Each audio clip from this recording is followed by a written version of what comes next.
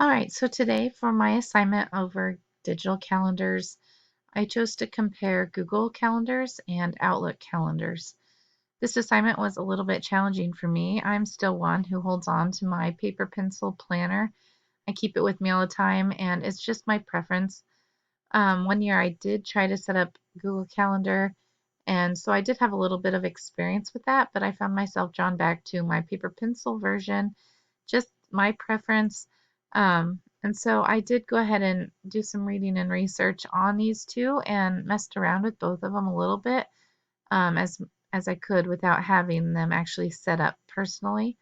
So with that information, I found 6 different points I wanted to talk about to compare them. My first comparison was that both options, Google Calendar as well as Outlook Calendar, you can create events, set them as recurring events, and you can also schedule one-on-one meetings and appointments.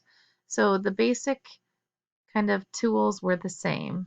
And so I thought that was good that they were similar in being able to do some of those basic things. Comparison number 2. Google Calendar has the capabilities to change ownership of an event easily. So if you need to change who's going to start that meeting or event, you can switch that ownership over. On Outlook, unfortunately, that's not an option. You have to delete that event and just create a new one with the correct owner as the owner of it. Comparison number 3.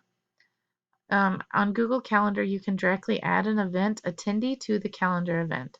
On Outlook, you have to send out an email invitation to add attendees to it. And so it's a little longer process and more complicated. Google keeps things pretty easy. Comparison number 4. Google has the ability to create video calls right there inside the calendar. On Outlook, you can schedule a conference call. However, it is not part of the calendar. You could just do the scheduling through there. So again, not quite as easy as Google. Comparison number 5. On Google, you can color code to differentiate your events. On Outlook, they have labels or markers. So just kind of depends on your preference there. I like the idea of the color coding. The year I did set Google Calendar up, I had like all the birthdays were blue. And then all my school stuff was green because that's our school colors. So to me, it's quick and easy to see versus having to read a label or a marker. The 6th comparison, on Google Calendar, you can overlay calendars. So you can put all of your events on one calendar, even though they're from different things. On Outlook, you can put them next to each other, but you can't actually overlay them, and so it doesn't quite have the same ease of comparison as Google. Here's my reference. It was from a Google site that compared the two. I'm going to switch my screen and talk about how to set up a Google Calendar next. All right, I switched my screen and now I'm here just on the google.com site. I am already logged in with my Gmail information through Fort Hays State. And so we'll just run through kind of the basics of how to get your Google Calendar started. What's really nice about Google is things are so user friendly and they're pretty consistent with the other things, Google Docs, Google Sheets, Gmail. I feel like if you know how to use one, it's similar enough you can figure it out. So that's a huge positive. Over here on our squares, the calendar is the 31 blue thing. Click on that. Ask me later. All right, so here is kind of what our Google Calendar base looks like.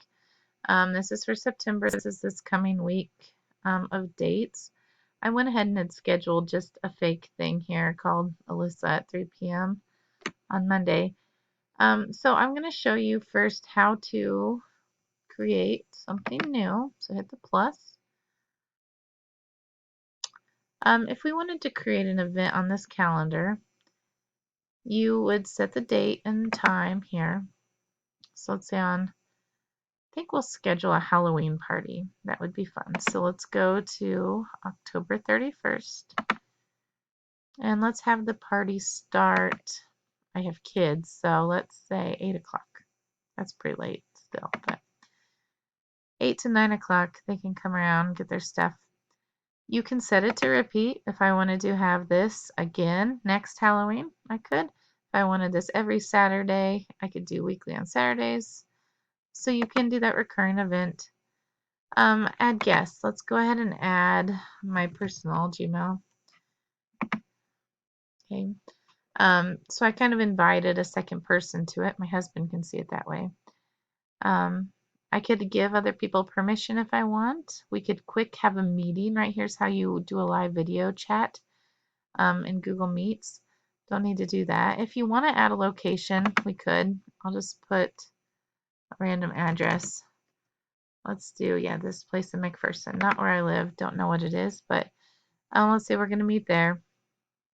You can add extra descriptions.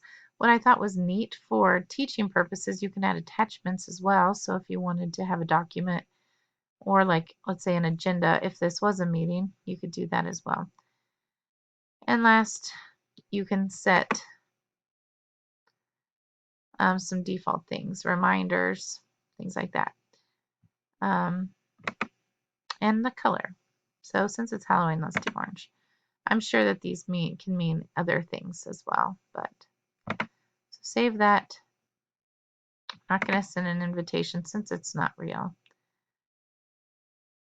And actually, I never changed the title up here, so I want to show you how to do that. So we're going to call it a Halloween party. Save.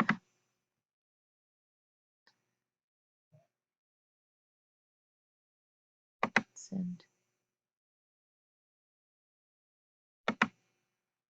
All right, so right here on my calendar, it's showing up Halloween party 8 p.m. at that address. So fairly simple, easy to use. I was going to show you over here, you can have different calendars.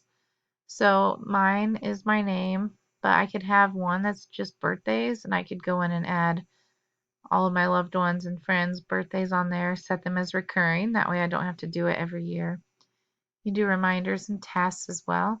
Another kind of fun thing, you can add calendars that already exist from other people. I don't feel like I can see the bottom here. Like holidays in the United States. Let me close this.